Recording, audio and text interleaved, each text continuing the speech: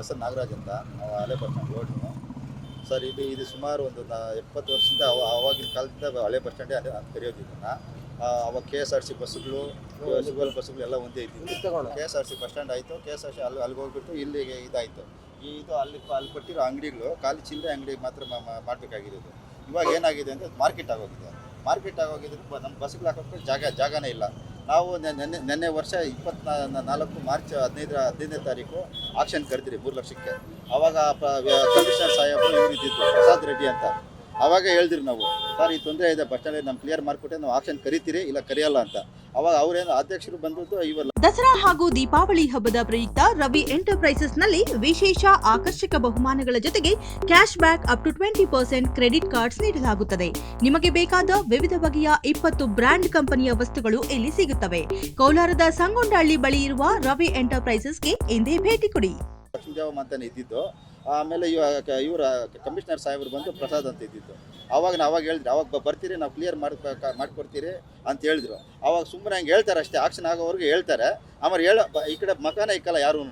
ಆಮೇಲೆ ಅಧ್ಯಕ್ಷರು ದಿನಾನು ಬರ್ತಾರೆ ಹೂಗಳು ತಗೊಂಡು ಬರ್ತಾರೆ. ಅವಾಗೂ ಹೇಳ್ತೀನಿ ನಾನು, ಮೇಡಮ್ ಹಿಂಗಾಗಿದೆ, ನಮಗೆಲ್ಲ ಇದು ಸಹಾಯ ಮಾಡಿಕೊಡಿ, ನಮಗೆ ದಾರಿ ಮಾಡಿಕೊಡಿ ಅಂತ. ಏನು ಮಾಡಿದ್ರು ಅವರು ಆಯ್ತು ಮಾಡಿಕೊಡ್ತೀನಿ ಅಂತ ಹೇಳ್ತಾ ಇರೋದ್ರ ಹೊರತು ಇದನ್ನು ಬಸ್ ಸ್ಟ್ಯಾಂಡ್ ಥರ ಮಾಡಿಕೊಡ್ತಾ ಇಲ್ಲ. ಹೂ ಮಾರ್ಕೆಟ್ ಆಗೋಗಿದೆ ಸರ್. ಇದು 10 ವರ್ಷ ಆಗೋಗಿದೆ.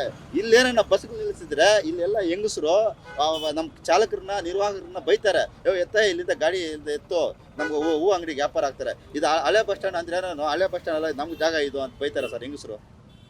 ಅವ್ರು ಹೆಂಗಸರು ನಾವು ಏನು ಮಾತಾಡೋಕ್ಕೂ ಆಗಲ್ಲ. ನಮ್ಗೆ ದಯವಿಟ್ಟು ಮಾನ್ಯ MLA ಸಾಹೇಬರಿಗೆ, ನಮ್ಮ ಕಮಿಷನರ್ ಸಾಹೇಬರಿಗೆ, DC ಸಾಹೇಬರಿಗೆ, ನಮ್ಮ SP ಸಾಹೇಬರಿಗೆ ಎಲ್ಲರಿಗೂ ಕೇಳ್ಕೊಳೋದು ಒಂದೇ, ನಮ್ಗೆ ಅನುಕೂಲ ಮಾಡಿಕೊಡಿ ಅಂತ ನಾನು ಕೇಳ್ಕೊತಾ ಇದ್ದೀನಿ ಅಷ್ಟೇ ಸರ್. ನನ್ನ ಹೆಸರು ಜಾವಿದ್ ಅಂತ ಕರೀತಾರೆ. ನನಗೆ ಬಸ್ ಸ್ಟ್ಯಾಂಡಲ್ಲಿ ನಾನು 45 ವರ್ಷದಿಂದ ಲೋಡರ್ ಕೆಲಸ ಮಾಡ್ತಾ ಇದ್ದೀನಿ ಖಾಸಗಿ ಬಸ್ಸಲ್ಲಿ. ಇದು ಬಂದು 75 ವರ್ಷದಿಂದ ಸ್ವತಂತ್ರ ಬಂದಾಗಿಂದ ಖಾಸಗಿ ಬಸ್ ಸ್ಟ್ಯಾಂಡು. ಅದಕ್ಕೆ ನಾವು ಮುನ್ಸಿಪಾಲ್ಟಿ ಇದು ಆಕ್ಷನ್ ತಗೊಂಡಿದ್ದೀವಿ. ಲೋಡ್ರು ಮತ್ತೆ ಕೆಲಸ ಅದು ಸ್ಟ್ಯಾಂಡು ನಾವೇ 3 ಸೇರಿ ತಗೊಂಡಿದ್ದೀವಿ. ಅದನ್ನು ಬಸ್ಸು ಒಳಗಡೆ ಬರೋಕ್ಕೆ ಅವಕಾಶ ಇಲ್ಲ, ಜಾಗ ಆಗಲ್ಲ. ಅದಕ್ಕೆ ಬಸ್ನವರು ನಮಗೆ ಸ್ಟ್ಯಾಂಡ್ ಫೀಸ್ ಕೊಡ್ತಾ ಇಲ್ಲ. ಬಸ್ ಸ್ಟ್ಯಾಂಡ್ ಒಳಗಡೆ ಬರೋಕ್ಕೆ ನಮ್ಗೆ ಜಾಗ ಇದು ಮಾಡಿಕೊಡಿ, ನಾವು ಫೀಸ್ ಕೊಡ್ತೀವಿ. ಈಗ ನಮಗೂ 2 ಕಡೆಯಿಂದ ನಮ್ಮದು ಕೂಲಿನೂ ಹೋಗ್ತಾ ಇದೆ, ಸ್ಟ್ಯಾಂಡ್ ಫೀಸು ಹೋಗ್ತಾ ಇದೆ. ನಮಗೆ ಬಸ್ ಸ್ಟ್ಯಾಂಡಲ್ಲಿ ಬಸ್ಸು ಬರೋಕ್ಕೆ ಅವಕಾಶ ಮಾಡಿಕೊಟ್ರೆ ಸರ್, ಅಧ್ಯಕ್ಷರುಗಳಿಗೂ, ಜಿಲ್ಲಾಧಿಕಾರಿಗಳಿಗೆ, ಮುನ್ಸಿಪಾಲ್ಟಿ ಅಧಿಕಾರಿಗಳಿಗೆ ಎಲ್ಲರಿಗೂ ನಾವು MLA ಸಾಹೇಬ್ರಿಗೆ ಎಲ್ಲರಿಗೂ ನಾನು ಕೇಳ್ಕೊತಾ ಇದ್ದೀನಿ. ಇದೆಲ್ಲ ಮಾಡಿದ್ರೆ ನಮಗೊಂದು ಸಹಾಯ ಆಗುತ್ತೆ. ಏನೀಗ ಬಸ್ಸುಗಳು ಬರೋಕ್ಕೆ ಆಗ್ತಾ ಇಲ್ಲ, ಫುಲ್ ಜಾಮ್ ಆಗ್ಬಿಡ್ತಾರೆ. ಎಲ್ಲ ಹೂ ಮಾರ್ಕೆಟ್ ಅವರೆಲ್ಲ ಗಾಡಿಗಳು, ಆಟೋಗಳು, ಟೆಂಪೋಗಳು ಎಲ್ಲ ತಗೊಂಬಂದು ಅಡ್ಡ ಹಾಕ್ಬಿಡ್ತಾರೆ. ಇಲ್ಲಿ ಅಲ್ಲಿವರೆಗೆ ಸ್ಟ್ಯಾಂಡ್ವರೆಗೂ ಫುಲ್ ಬ್ಲಾಕ್ ಆಗುತ್ತೆ. 9 ಗಂಟೆಯಿಂದ 12 ಗಂಟೆವರೆಗೂ ಫುಲ್ ಜಾಮ್ ಆಗುತ್ತೆ. ಬಸ್ಸುಗಳು ಒಂದು ಬರೋಲ್ಲ. ಅದಕ್ಕೆ ಬರೋಕ್ಕೆ ಅವಕಾಶ ಮಾಡಿಕೊಟ್ರೆ ಸರ್. ರಘು ನಾಯಕ್ ಅಂತ ನಮ್ಮ ಹೆಸರು. ಆಕ್ಷನ್ ಕೂಗಿರೋ ನಾನೇ ಸರ್. ಲಾಕ್ಡೌನಲ್ಲಿ ಕೂಗಿದ್ದೆ, ಲಾಸ್ ಆಗೋಯ್ತು. ಈ ಸಲ ಕೂಗಿದ್ದೀನಿ ನೋಡಿ. ಬಸ್ಸುಗಳು ಒಂದು ಅರ್ಧ ಬರ್ತಾ ಇಲ್ಲ ಸರ್. ಮಾತಾಡಿದ್ರೆ ಜಗಳಿಗೆ ಬರ್ತಾರೆ. ಈ ಬಸ್ಸುಗಳೇ ಬರ್ತಾ ಇಲ್ಲ. ಸುಮಾರು 80 ಬಸ್ಸಲ್ಲಿ 30 ಬಸ್ ಬರ್ತಾಯಿತ್ತು. ಇವಾಗ ನಾವು ಬಂಡವಾಳ ಹಾಕಿ ಏನು ಬರ್ತಾ ಇಲ್ಲ ಸರ್. ಮಾತಾಡಿದ್ರೆ ಗಲಾಟೆಗಳು ಬರ್ತಾರೆ.